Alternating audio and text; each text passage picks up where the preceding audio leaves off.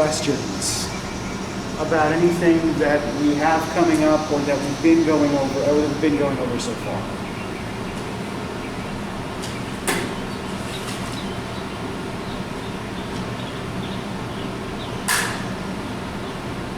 Okay, so I just finished grading your last batch of reflection papers, so I do want to talk about those a little bit. Mostly good, right? Most of you are actually doing well. But there are a couple of persistent issues that several of you are having that I figure it might be worth talking through in class a little bit. And then we'll get into discussing the Rachel Carson piece, right? So everybody's got this at least, right? The reading for next time is the Martha Nussbaum essay. 3 words in the vocab folder, reflection paper 3, I'll do for Thursday. Okay.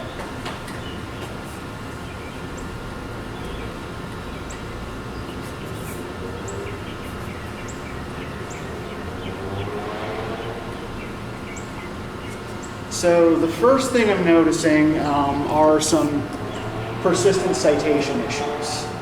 And I think that some of you might be using like citation software or something to do the works cited page. Citation software always gets it wrong. So it's not that hard to do manually. I will show you what it is you need to do, right? So for everything that you cite from this book, you're going to need to cite the individual piece rather than just the anthology, right? So say you were citing the Rachel Carson essay for today, right? This is what your citation should look like.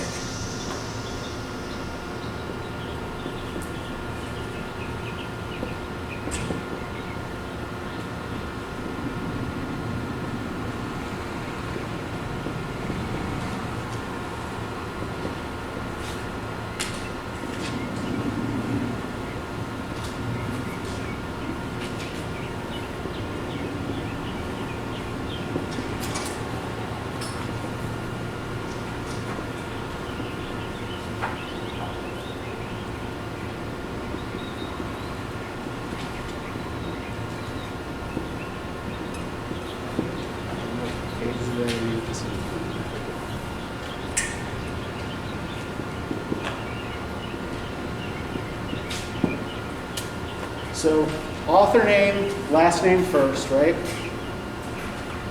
The title of the piece in quotation marks. The title of the anthology from which you have drawn it, underlined or italicized. The edition, if relevant. The name of the editor, the publisher, and then the page numbers, right? That's what you give me. So if you just follow this basic model for every works cited page that you do for these reflection papers, then you're golden, right? The other thing I've noticed is that some of you aren't doing in-text citations at all. This is actually even easier, right? For an in-text citation,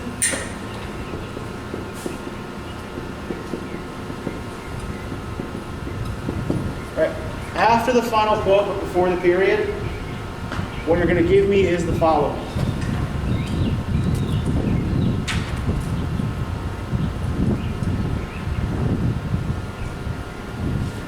Right, the author, last name, and the page number. So if you are quoting from the Rachel Carson essay again, right, then what you would give me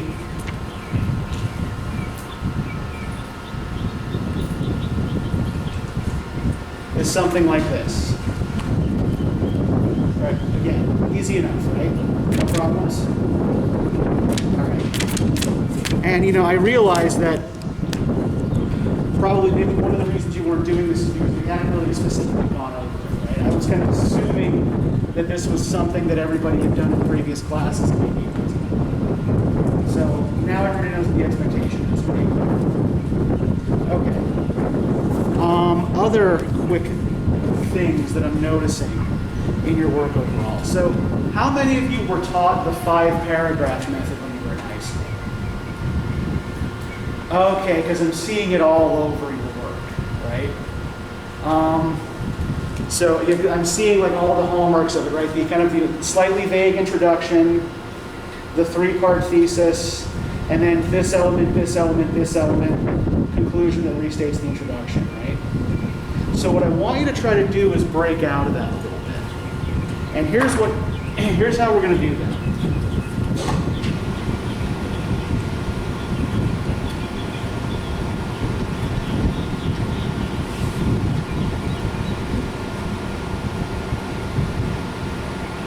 All right, so let's talk a little bit about breaking out of 5-paragraph prison.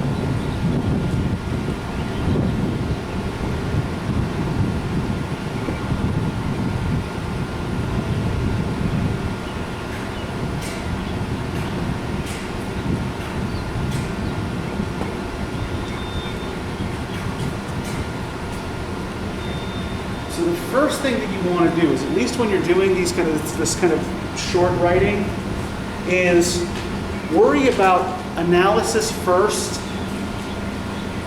and putting it into context later, right? Do your analysis of your quote first.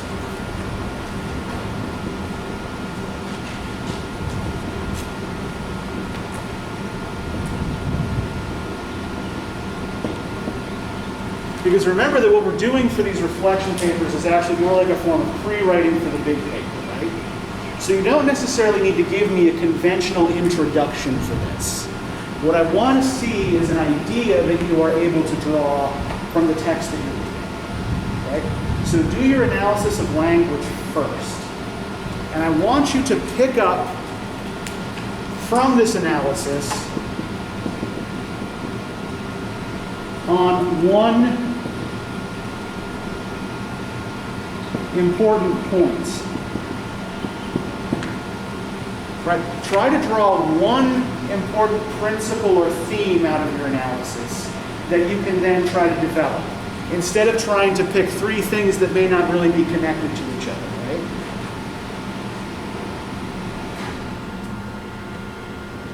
And approach that one thing with more attention and a little more depth, right?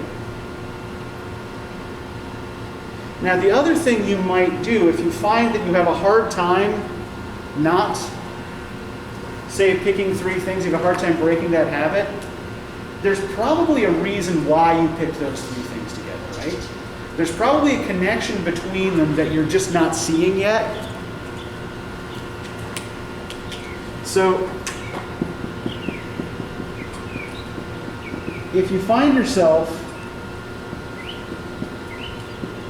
unable to avoid making these kinds of lists in your paper, right? Like, I'm going to talk about these 3 things, blah, blah, and blah.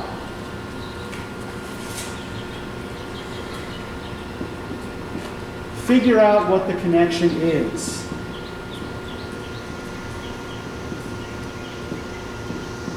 And make your paper about that.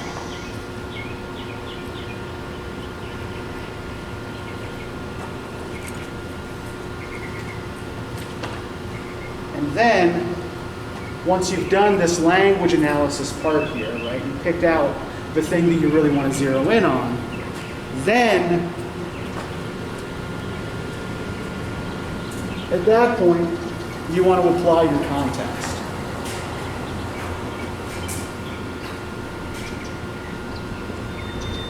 It's like, okay, so this is what I think overall this particular passage means, right? This is the idea that I'm pulling out of this.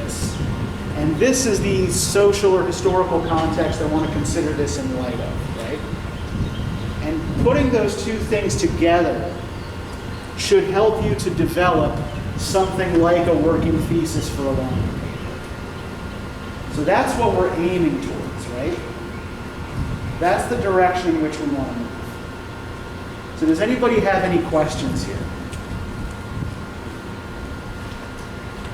When you say apply context, would that be where we could, or you mean like that's where we bring in our thesis?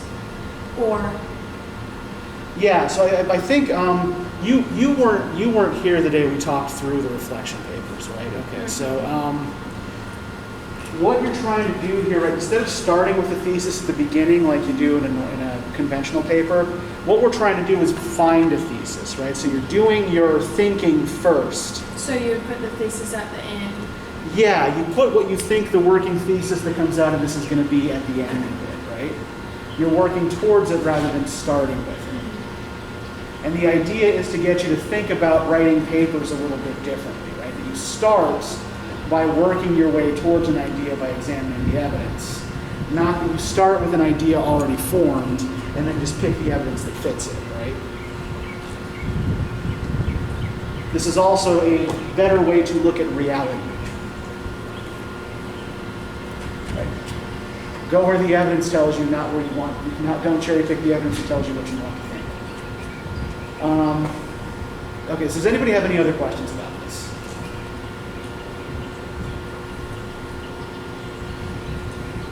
Okay. So, to get into the Rachel Carson piece, I actually want to try doing things a little bit differently today than we usually do. So I want you, like we did when we started last time, I want everybody to partner up with something. Everybody pick a partner. What do you want? Right. I shouldn't need to assign people. You should be mature enough to handle this on your own.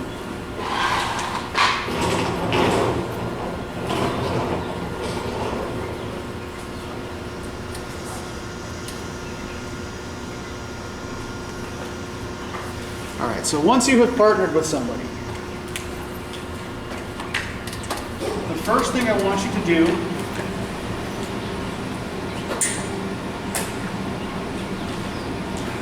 is agree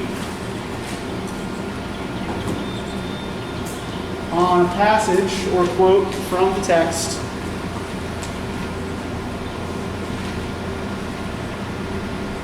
to examine. So you're both going to be examining the same quote, right? The same passage.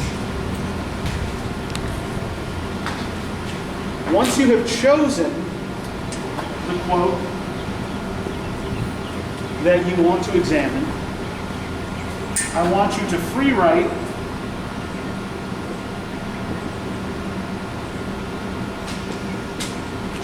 about that quote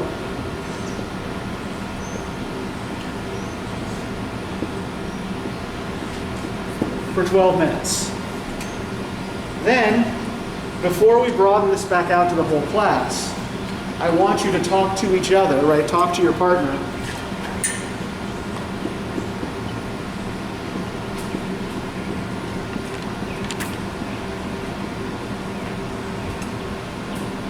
And compare your free writes, right? Did you notice similar things? Did you pick up on things that were different from each other, right? And then we'll bring that back out to class discussion. So take a couple of minutes.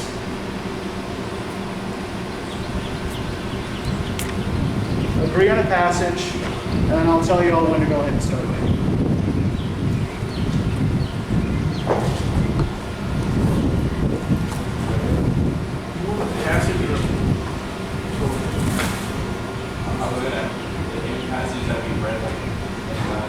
No, from the Rachel Carson essay.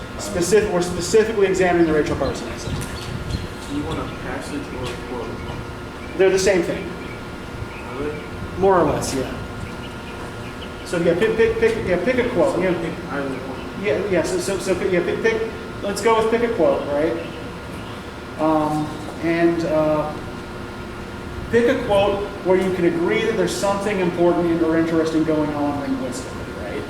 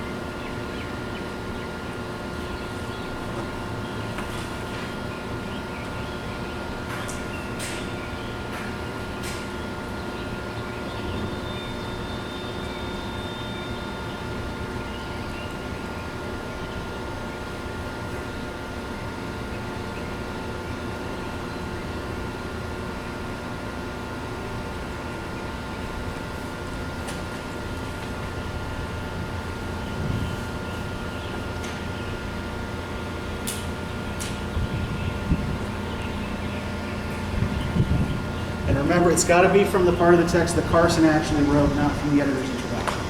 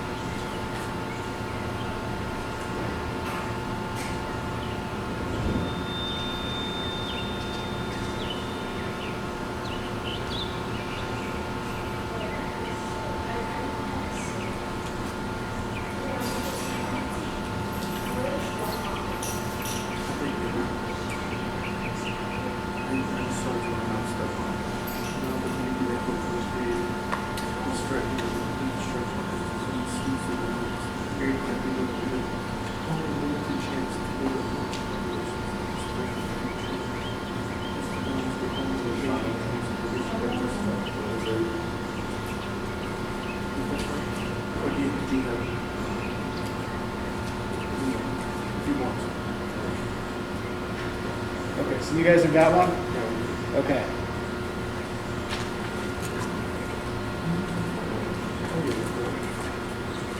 So yeah, everybody let me know when you've got your quote, and I will tell you when to start writing.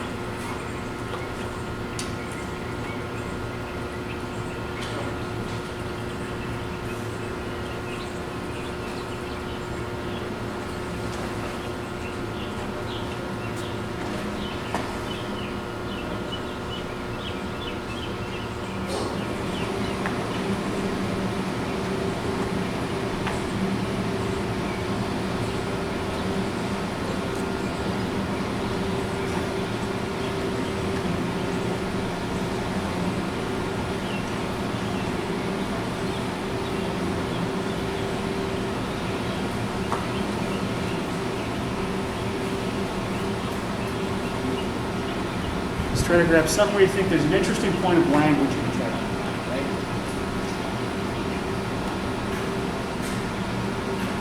Brandon, you guys got one back there? Yeah, we got Okay. And you could read just in the first paragraph, it's the last sentence.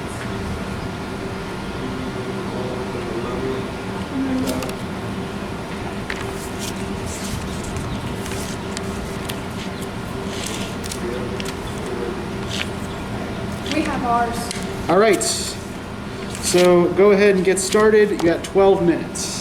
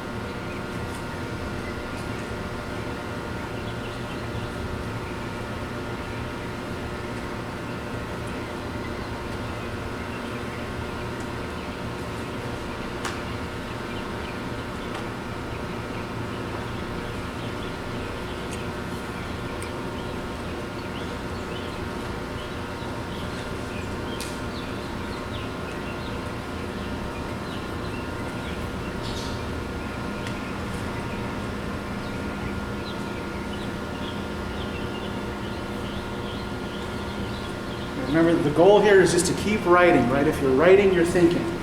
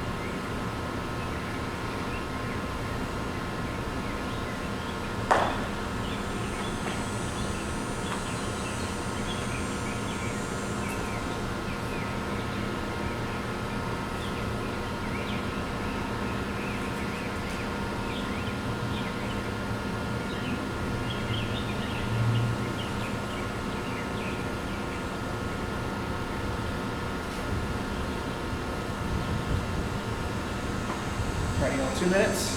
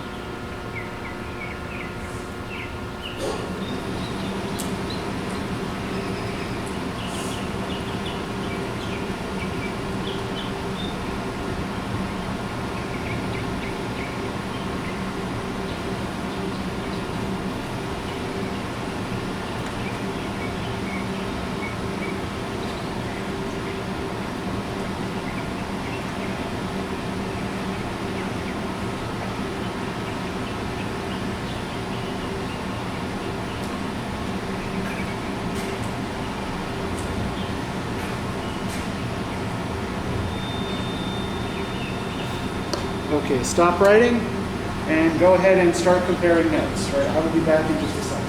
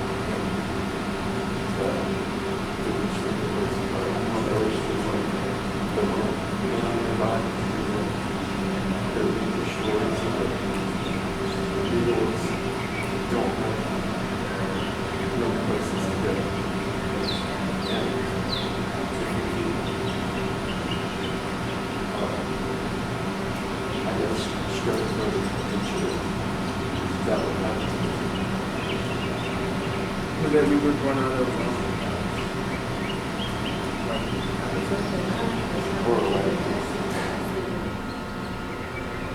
not this kind of resources and everything else. I said that she was using it like planning what she told me, but then which gave her the bees a lot of opportunity to spread the disease that killed them. And so that kind of ties into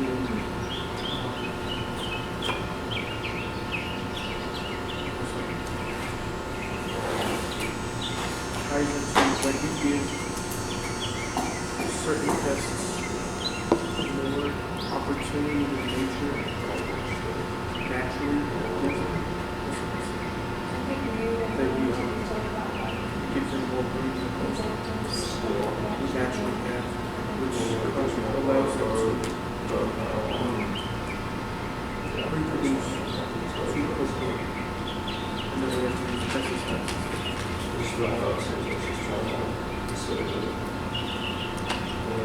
That's what I said. Yeah.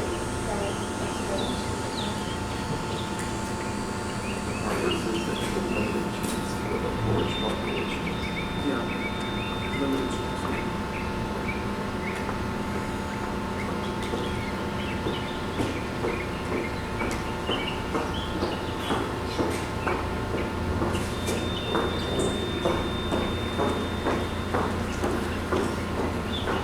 we doing here, guys? Are we still comparing, or do we feel like we're getting ready to talk? All right. So who wants to go first? This is always the kicker, isn't it? Can you speak up a little bit, Brandon? You just want us to tell me the quote that we chose, and then like. Tell me the quote that you chose first, and then what y'all came up with about it. Yeah. All right. Go for it. Oh, we said it was, it took hundreds of millions of years to produce the life that now has discovered. Eons of time in which that development and respond life reached a state of adjustment and balance with its surroundings. Okay. So you just want us to take like our basic, like basically what we have. Yeah. Or you don't want us to read the whole thing.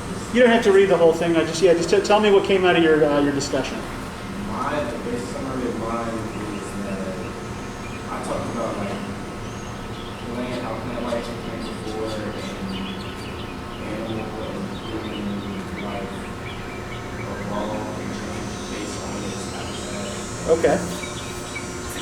How it took so long for us to stay balance like we are today. Okay, and I think that's an important point to think about here, right? In terms of Carson's larger arguments here, is like this notion of sort of like long time or slow time, right? Versus immediate time.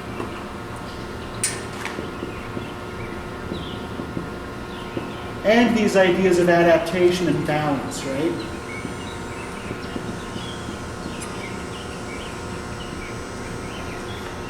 So how long does she think it takes a species, give or take, to really adapt to its environment? Eons, yeah. It takes eons of shaping, right? In order for a species to really, be able to adequately coexist with its environment. All right, good. Who's next? Yeah, go for it. Which quote did you choose? We picked, it says, only within the moment of time represented by the present century has one species, man, acquired significant power to alter the nature of his world. Okay, and what did y'all come up with? So we basically kind of wrote the same thing, basically how she's trying to get the point across that humans are like the main source of the problem, but we're also the solution. Okay, so humans has problems, certainly, right? And what's the difference between the way humans act upon the environment and the way nature goes about its own business? What's the difference? Yeah, what's the difference according to Carson? I think we can probably relate this to some of the things that were in their quote. Wouldn't it like kind of depend on like one thing, like how nature's going to act depends on how we treat it? I mean, kind of. That's what we were kind of Okay. going off our quote since it said we have the acquired significant power to alter the nature of this world. I think, let's think about this though in the way that Carson says the relationship between species and nature usually works, right? Who's usually doing the shaping, or what's usually doing the shaping? Nature's usually doing the shaping, right? So what is she pointing out has changed in the present century? The present century for her being the 20th century. She wrote this in 1962. Yeah, the fundamental relationship between a species and the natural world has been altered, right? So humans are the problem here, because while nature was the primary shaping force, right, the force that shaped us, human beings in the 20th century have become the primary shaping force on nature, right?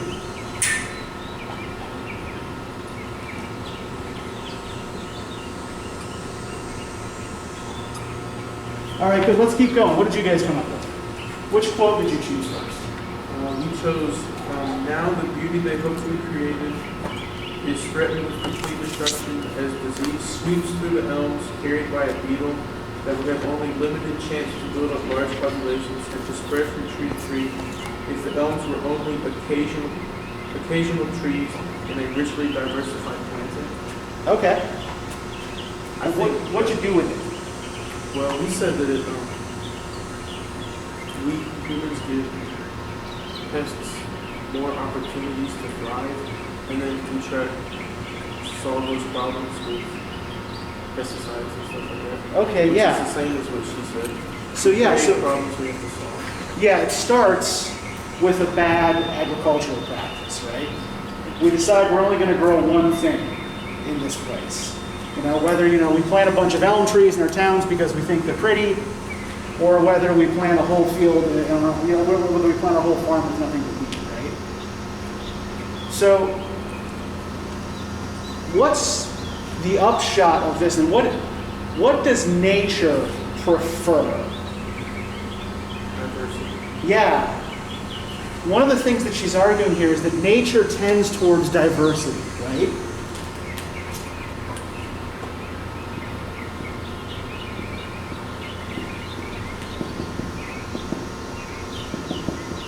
But what do human beings tend to prefer? What's that? Uniformity. Yeah. Human beings tend to work towards uniformity of some kind, right? When we have the capacity to engineer our environment, we tend to work towards making it all look the same. Or, towards what we think might be maximum efficiency, right?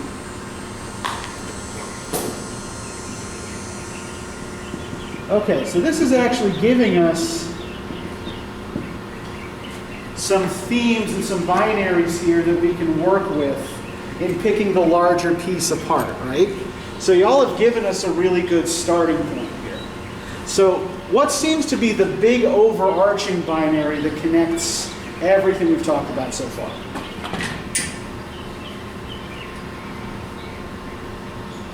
What's the fundamental conflict in Carson's piece? Man versus nature. Yeah. Human beings versus nature, exactly. Good. And so let's think about now, sort of which ideas she's associating with each of these sides of the binary, right? So we've got here, she's got associating nature with diversity, right?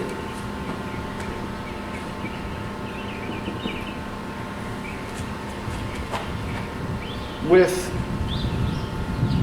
slowness, adaptation, and human beings with uniformity,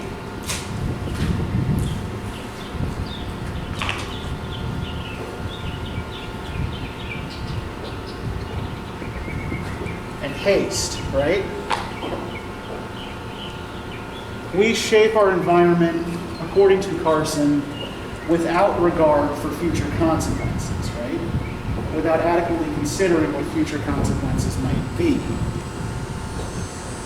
As opposed to nature, which doesn't do any thinking at all in shaping the environment. There's no, there's no invisible hand in it, right? She would argue it's just this kind of relationship between species and environment. And let's see then if we can pull out of all this what the bigger argument is and maybe try to put it into some context, right? So let's maybe start actually with the context here, because I think this can help us figure out some of what she's doing. So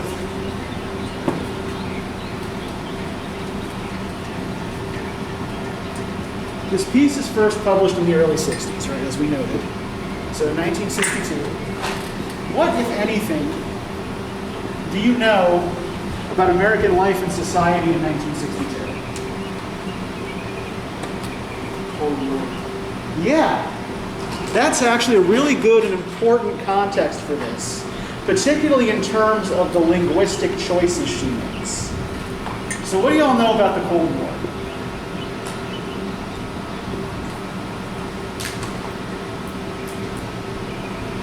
slavery was so Yeah. Was the, oh, I'm sorry?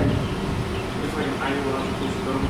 Yeah, it's not an actual open declared war between the United States and the USSR, right? What, was the old name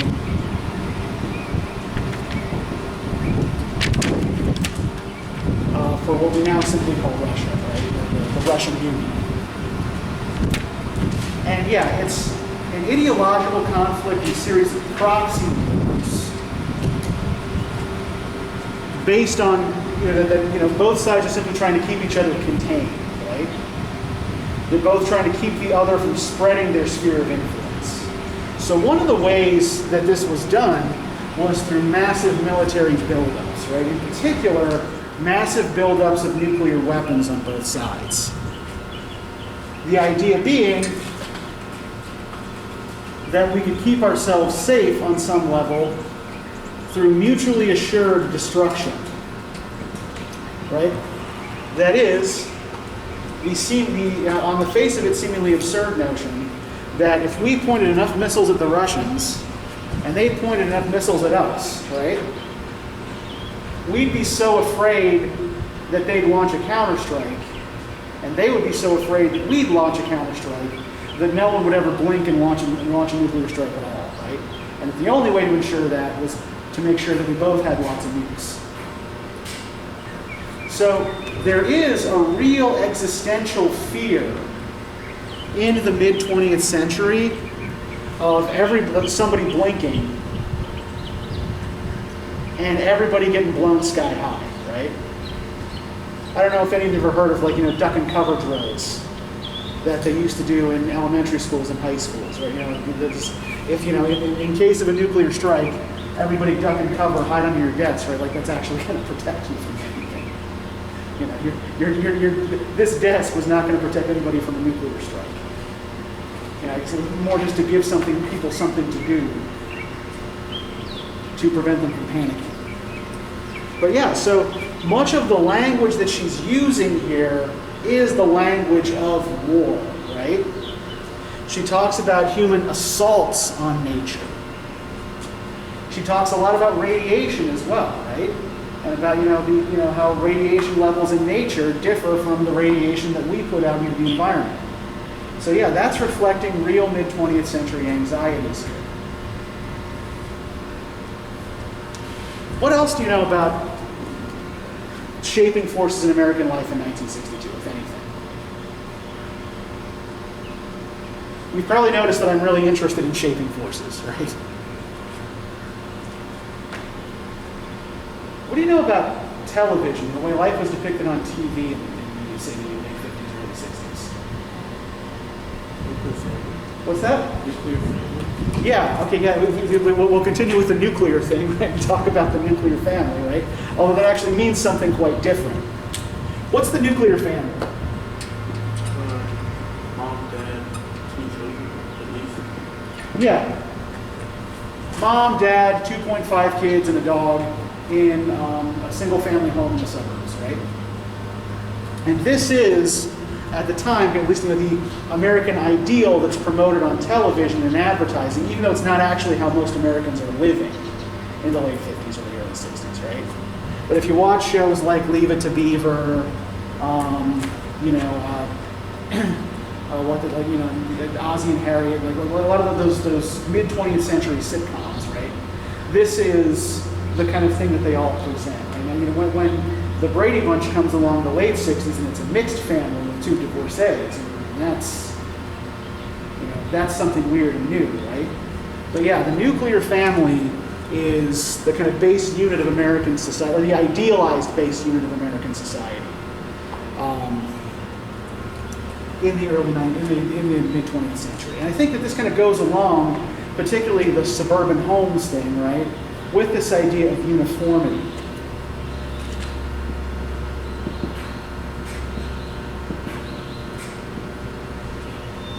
Now, suburbanization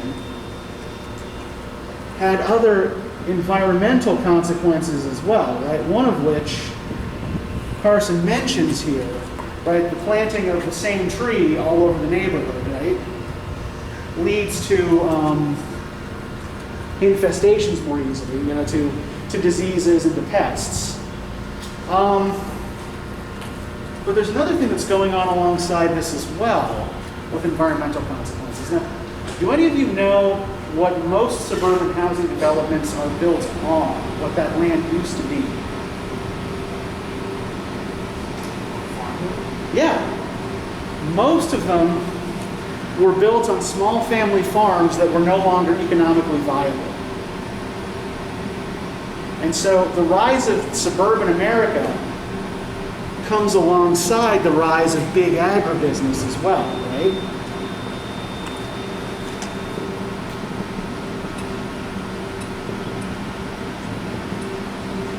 Small family farms don't pay anymore.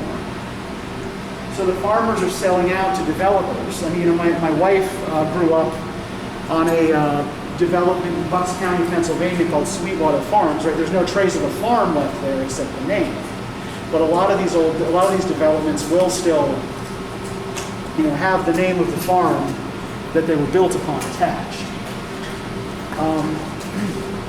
But yeah, and big agribusiness in particular tended to move away from traditional soil conservation style farming practices, like those we talked a little bit about last time. We talked about Malthus, right, and that revolution in British agriculture in the 18th century. But yeah, like big agribusiness wanted efficiency, right, wanted uniformity, and sprayed pesticides all over everything.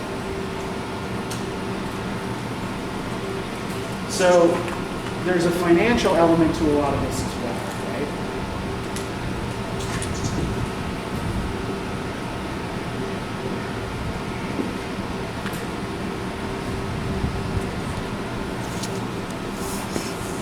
And one more context I want to give you here. I think this is actually where a lot of contemporary distrust of scientific expertise comes from. Have any of you ever heard the phrase, better living through science?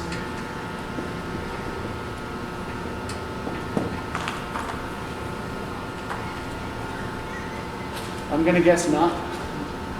Okay, so the 50s and 60s, we're talking about the space age here, right? You know, we're talking the space race between the US and Russia, and this period of rapid technological development. And it's often rapid and thoughtless technological development. There are new drugs developed, you know, new techniques and treatments that are applied a little bit too widely with too little testing, right? So for example, a lot of members, you know, certainly by no means a majority, as a generation they have plenty of children, but a lot of baby boomers had reproductive problems because they were x-rayed too often as kids. You know, even like you could go to the shoe store, and when they were trying to, you know, fit you for shoes, they might x-ray your foot, right, with no lead shielding or anything like that to protect you. There were supposed wonder drugs like thalidomide that were prescribed fairly thoughtlessly, without enough testing or regard for potential consequences, right? Now, thalidomide is a drug that is actually still prescribed to HIV patients with high viral counts and to some cancer patients. So it is still, for many people, a life-saving drug. However, when it was prescribed to pregnant women in the 50s to relieve just the normal symptoms of pregnancy, it was found that it caused malformation of limbs in the fetus. And often, you know, many children whose mothers had taken thalidomide were stillborn, and yet others, their limbs did not fully develop, right? So this is something that is really in the air, particularly in the West, at the time that Carson is writing, right? So this is like one of the first warning shots about what's the possible consequences are of what we're doing to our environment. by thoughtlessly spraying pesticides all over everything. Now, her particular Carson's particular bugbear was a pesticide called DDT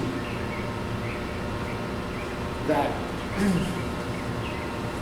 was in wide use up until the early 70s. Any of you heard of DDT? And yeah, DDT is a pesticide that basically kills just about any animal life it touches. Now, it was also found, and this was probably one of the things that led to it being banned. It was found that it made the shells of bald eagle eggs too soft, and so the hatchlings couldn't survive, right? The fetal birds could not survive inside a soft shell, right? And so, endangering the bald eagle was a step too far. I think one thing that we might want to think about here, and we're looking at Carson as well, is the very word pesticide, right? And what it means for something to be a pest. What's a pest? How do we define a pest? Or at least the kind of pest that we want to take out with a pesticide. Causes a problem. Yeah, a pest is a plant or animal that you don't want, right? That interferes with someone or something, right? So, like, what would some examples of a pest be? Rats. Okay, rats. Right, generally speaking, you don't want rats in your house or in the crops, right? What would some other examples be? Rats are an easy one, right? Because they're kind of viscerally disgusting. Moles. Yeah, people will put all kinds of traps and poison out for moles in their yard, right?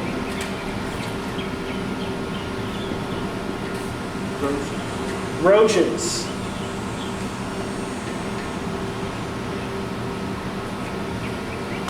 What about some that aren't animals? Are there non-animal pests as well? Well, insects are animals, right? But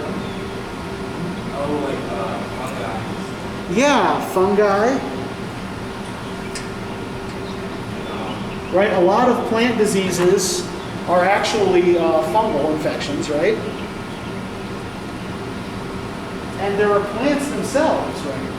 That are, we call them weeds, right? Basically, a weed is any plant that we didn't plant there.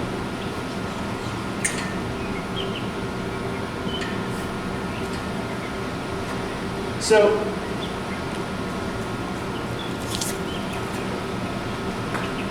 if we look at page 249, right?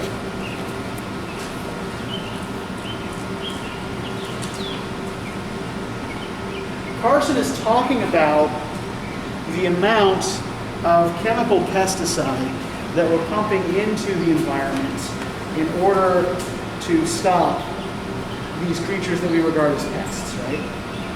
This is to adjust to these chemicals would require time on the scale that is nature's. It would require not merely the years of a man's life, but the life of generations. And even this, were it by some miracle possible, would be futile. For the new chemicals come from our laboratories in an endless stream. Almost 500 annually find their way into actual use in the United States alone. The figure is staggering and its implications are not easily grasped. 500 new chemicals to which the bodies of men and animals are required somehow to adapt each year. Chemicals totally outside the limits of biological experience. So two questions here before we proceed. First, how does this relate to what we were saying about time and adaptation and balance earlier in the period?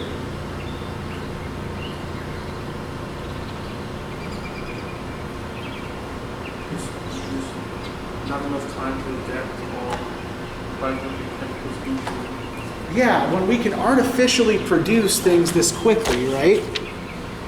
There simply isn't time for anything in nature to adapt to it, right? Especially given, like, even if we do adapt to the things that are coming out now, right? We'll then have to adapt to the things that are coming out next year and the year. So Does this strike anybody as familiar at all from things we talked about last time? Can we connect this in any way to Malthus's ideas or Malthus's argument? Production of food. Yeah, except in this case, right, it's reversed, right? The production of production moves faster than our ability to adapt to it, right? We're too clever for our own good, basically. Right. Among them are many that are used in man's war against nature. Since the mid-1940s, over 200 basic chemicals have been created for use in killing insects, weeds, rodents, and other organisms described in the modern vernacular as pests. And they are sold under several thousand different brand names. So, what do you make of the fact that she puts pests in quotes here? Because they're only pests. Because they mess with us. Yeah, they're only pests for a matter of perspective, right? They're pests because they get in our way, not because they have no independent right to exist, right? And in a functioning natural ecosystem, one that is not shaped or engineered by man, Carson would argue, they're not pests, right? They're not necessarily problematic. These sprays, dusts, and aerosols are now applied almost universally to farms, gardens, forests, and homes. Non-selective chemicals that have the power to kill every insect, the good and the bad, to still the songs of birds and the leaping of fish in the streams, to coat the leaves with a deadly film, and to linger on in soil. All this, though the intended target may be only a few weeds or insects.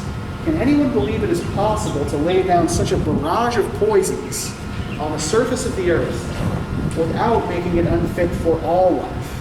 They should not be called insecticides, but biocides. So I think we're running short on time here, so this is kind of where we'll wrap it up, right? But what is she saying is the biggest issue with with these chemicals that we call pesticides or insecticides? Yeah, they don't just kill a few select things, right? In order to be an effective poison, it has to poison everything. And then, given that all of the systems that we live in are interrelated, right? Our water systems, our food systems, what ends up happening then is that we ingest these chemicals or we inhale them, and they become part of us as well, right? So we are altering ourselves, not for the better, as we are also altering the environment. Okay, so does anybody have any questions about this? I think we're at about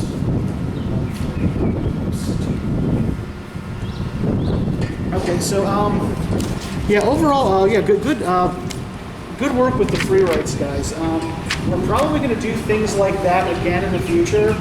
So, you know, make sure that you are ready for that next time we might do it, right? All right, so we'll see you Thursday. Have yourselves a good afternoon.